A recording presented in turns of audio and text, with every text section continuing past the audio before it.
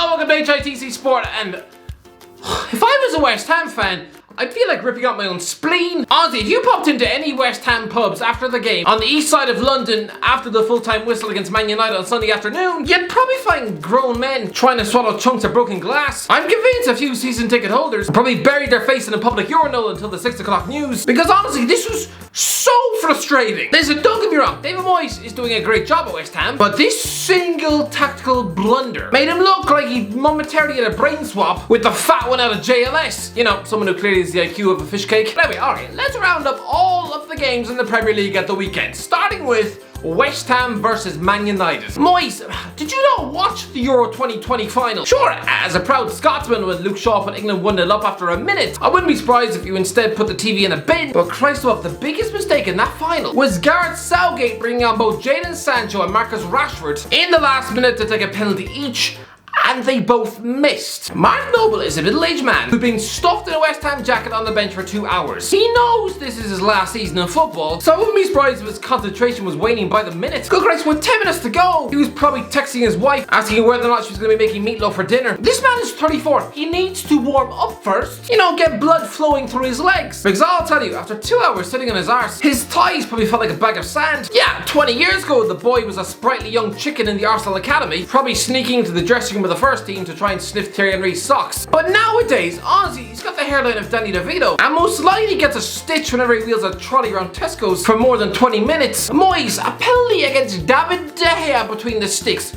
You don't need to overthink this one. This is a goalkeeper who just watched the entire Villarreal team queue up to score a penalty past him with ease in May. Declan Rice had the ball in his hands, but good Christ, you could have given it to Kurt Zuma, Angelo Igbona, Aaron Cresswell, anyone whose head was in the game and who had blood running through their legs. And they'd have scored past David De Gea, who I think has proven by now that in a pressure situation like a penalty, he's about as much use as a melted chess piece. This is a man who does not perform well under pressure. For that reason alone, I'm guessing he didn't actually lose the virginity until he was 24. But you are giving the most decisive action of the game to a guy whose bum cheeks were probably still half asleep. This was a pressure situation with the weight of millions of people on his shoulders. After 2 hours of sitting on the bench, it's like marching down the local cinema, ambushing someone who just spent 2 hours watching James Bond while stuffing popcorn up their nose, and then demanding that they immediately perform open heart surgery on the guy in charge of the pick and mix in the lobby. Under the enormity of that situation, you'd probably just vomit mashed banana all over his chest. Mark Noble has played 9 minutes of football this season. He's played a total of 15 minutes of football since April. The last time he swung his leg at a football that went in the back of the net was January 2020. That was over 80 weekends ago. Are we even sure he's still a football player anymore? Are we sure his head hasn't completely gone? That he hadn't spent the summer stuffing his face with donuts and drinking his own bathwater with a straw? I don't care what you say. This man is a retired footballer hanging around for one last swan song in May. You know, so he can have fans in the stadium. If it wasn't for lockdown, I'm convinced this guy would be stuffed in a Thailand beach. Mark Noble, for all intents and purposes, is a retired sportsman. So giving him a penalty against Man United, it's like agreeing to give Ricky Hatton a title shot. What, the guy who now looks about as fit as the Cookie Monster? Behave? To be fair, Manchester United deserved the win. I mean, Cristiano Ronaldo should have had 2 penalties, but clearly Martin Atkinson chose to referee the game, as if someone had squirted orange juice in his eyes. I don't get it, you have VAR to help you.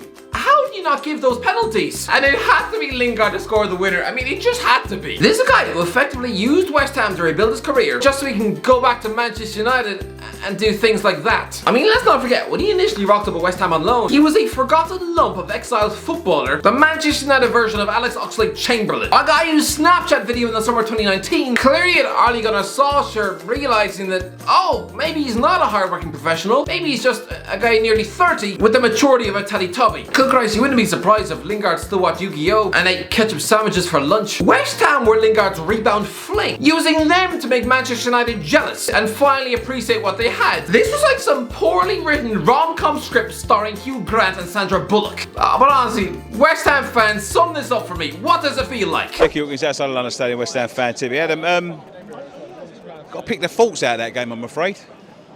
Well, it hurts. I don't know, there's not really much to say, it hurts. Good Christ, what is this? Bridget Jones 4? Tottenham versus Chelsea. Tottenham 0, Chelsea 3. So, Was this really worth sacking Jose Mourinho for? Back-to-back 3-0 defeats, and one of them was against Crystal Palace. Tottenham, you've forked out for a stadium that looks like a spaceship. This is supposed to be a London fortress, right? Well, you've just watched Chelsea take 20 shots at your ground, while the Tottenham players look like they just come from taking 20 shots of vodka in the toilets. Honestly, Chelsea had 10 shots on target versus Olymp 2. I get it, okay? You needed a new ground. Good Christ, the last trophy lifted on the White Hart Lane pitch was Arsenal's last Premier League title. It's like coming home to find Theresa May wiping her arse on your living room carpet. Clearly, you need to burn down the house. But this isn't a ground to take you to the next level. No. It's not the London Coliseum, a place where Harry Kane would be able to show off his Champions League medals. No! I'm sorry, that's a nice fairy tale. But the reality is that this is just an expensive venue which you have to rent out to the likes of Lady Gaga, Anthony Joshua, and the goddamn NFL. People are moaning about Harry Kane's for. I'm sorry, is anyone surprised? He's being kept at Tottenham against his will. I mean, remember in 2013 when Gareth Bale was skipping training? Apparently he was furious at broken promises from Daniel Levy. I guarantee you, if the move to Real Madrid had broken down and he'd be forced to stay another year, and by Christmas he was taking orders in a sweaty dressing room from Tim Sherwood, someone who by all rights should be working down the local pizza shop, then I'm sorry, this £100 million winger would have very quickly resembled a fat Stuart Downing. Kane is done with Tottenham. He wants nothing more to do with this set of players. Christ above. You'll have just watched Man City score 6 on a Champions League midweek night. I mean, fair enough, there was only about 7 people on the ground to watch it, but still. Kane has admitted he wants to have the career of Ronaldo and Messi. Sorry, how many Ballon d'Ors are you going to win stuffed in a team with Eric Dyer and relying on service from a walking fridge magnet like Dele Alli? In Kane's head, he doesn't belong on the pitch with footballing peasants like Pierre-Emile Højbjerg and Oliver Skip. No wonder he looks like he's on the verge of jumping in the bath with a kettle. Christ above, time waits for no man. I mean, look at Joey from Friends. He now looks like he's eaten all of his friends. And every time Kane looks in the mirror, he must be constantly reminded of his mortality, of his age, of his running out clock. Cause lads, he's nearly bald and he still doesn't have a single medal. At least when Alan Shearer lifted the Premier League trophy with Blackburn, you could tell he was still paying for haircuts. Nowadays he just looks like if you left Bruce Willis out in the sun. Newcastle versus Leeds. Okay, Newcastle carved out a point against Leeds at home, with Alan Saint-Maximin utterly running the show. Honestly, this man is one of the most underappreciated, underrated wingers in European football. This guy is the best dribbler in the Premier League. He should be playing Champions League football and starting for France. Right now, the English press are drooling over female teenage tennis players, which honestly just makes these excited journalists look like they need their hard drives immediately checked. But no, the media, they pay Saint-Maximin a fraction of the attention that he deserves. Honestly, trust me, he's gonna be utterly world class. The French Eden Hazard. Well, before Hazard discovered Uber Eats. Honestly, this guy, he's got the trickery you've had in Ben Arfa, and he's got the strength of a British cow. Honestly, defenders bounce off this guy's chest. I mean, what does he eat? Like, when you're tucking into your morning bowl of Cocoa Pops, he's probably devouring a medium rare steak. Anyway, Patrick Bamford was stuffed up front, missed a few chances.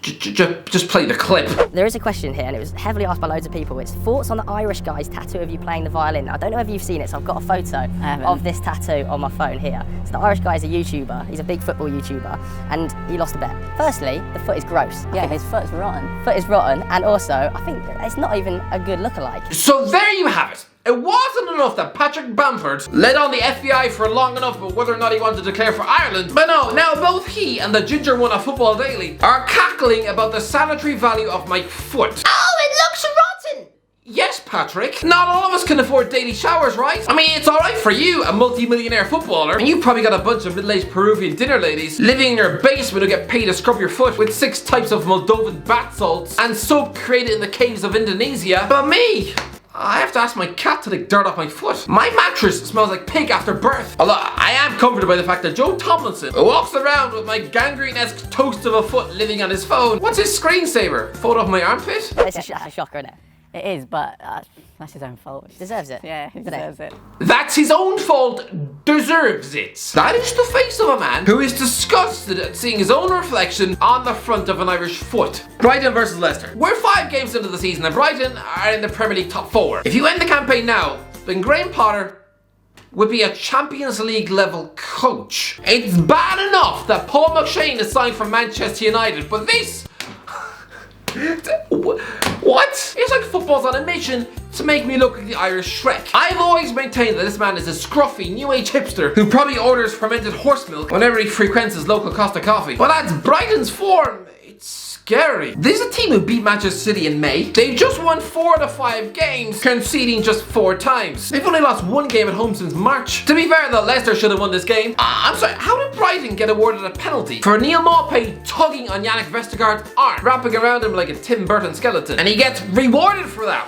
Oh, okay. Try that down your local Tesco in the fruit and veg aisle, and you'll very quickly have an old woman breaking her nose with a cauliflower. Aston Villa versus Everton. Here's my apology to Dean Smith. I thought this guy was a downgrade on Steve Bruce, a championship level coach who'd immediately get found out under the bright lights of the Premier League. I thought a Champions League winning legend of the game like John Terry be forced to take tips from a former Walsall coach. I thought that'd be like Leonardo DiCaprio taking acting masterclasses from someone off Home and Away. I thought this £100 million paycheck would be absolutely wasted on a man who used to pick Glenn Whelan in the midfield. But lads, Villa absolutely blew Everton out of the water, and this former Walsall coach absolutely annihilated a European champion like Rafa Benitez. Matty Cash bagged in the opening goal from right back. Although I'm sorry, I'm guessing for the partially blind elderly Villa fans, that just looked like Jack Grealish. He's even got the hairband and everything. Leon Bailey played half an hour, scored direct from a corner kick before smacking in the 3rd goal. Honestly, Dean Smith needs to unleash him. Play him in a free role just behind Danny Ings, and he's going to rip the league to shreds. Wolves versus Brentford.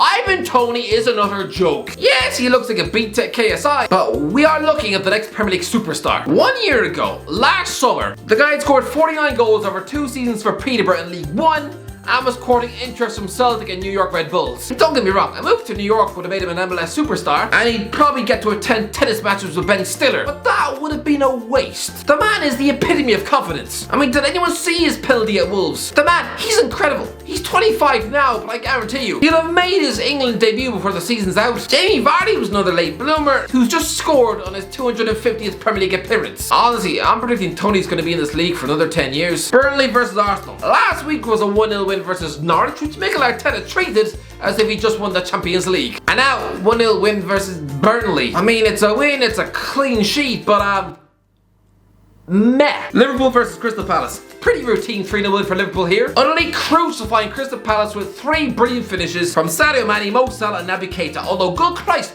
Mane just scored his 100th Premier League goal. But lads, he just scored against Palace in 9 consecutive matches. The last time this man played a football match against Crystal Palace and didn't score was October 2016, 5 years ago. I mean, what did they ever do to you? Man City versus Southampton. Southampton should have won this match. I know, it's ridiculous. Southampton visited the city of Manchester in February and conceded 9 times. The fact they were denied an obvious penalty here, played really good football and left with a clean sheet. Ralph Hasenhüttl, this was even more impressive than when you beat Liverpool and cried. That was an incredible performance and result. Oh, remember when I said I'd drink a pint of sour milk for every goal Adam Armstrong scored? And then he netted on his debut against Everton? Yeah, that was 37 days ago. Trust me, he's going to be a big money flop fudgicle. Anyway, that's it. Let me know in the comments below. What do you think? Alright, let me know in the comment section below of all the games this weekend. If you enjoyed the video, don't forget to subscribe, and as always, I'll talk to you in a while.